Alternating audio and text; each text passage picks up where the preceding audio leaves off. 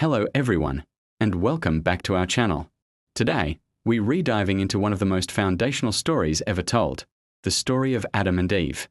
Let's journey back to the very beginning. In the beginning, God created the heavens and the earth. After forming the world in all its splendor, He created a beautiful garden called Eden. It was a paradise, filled with lush trees, sparkling rivers, and every kind of animal.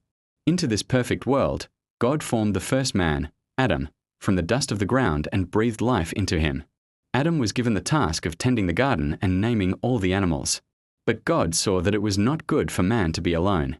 So, while Adam slept, God took one of his ribs and from it, He created the first woman, Eve. When Adam woke up and saw her, he recognized her as a part of himself, a true partner and companion. They were both innocent and lived in perfect harmony with God and all of creation in the Garden of Eden. In the center of the garden stood two special trees, the tree of life and the tree of the knowledge of good and evil. God gave Adam and Eve a single command: you are free to eat from any tree in the garden, but you must not eat from the tree of the knowledge of good and evil, for when you eat from it you will certainly die.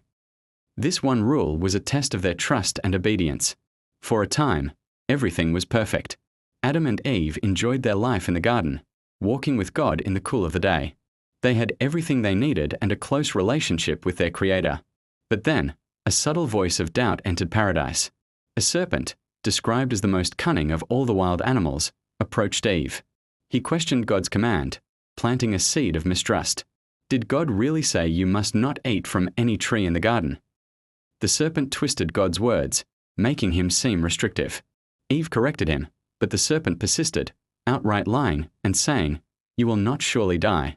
For God knows that when you eat of it your eyes will be opened, and you will be like God, knowing good and evil." Tempted by the promise of wisdom and seeing that the fruit was beautiful, Eve took a bite.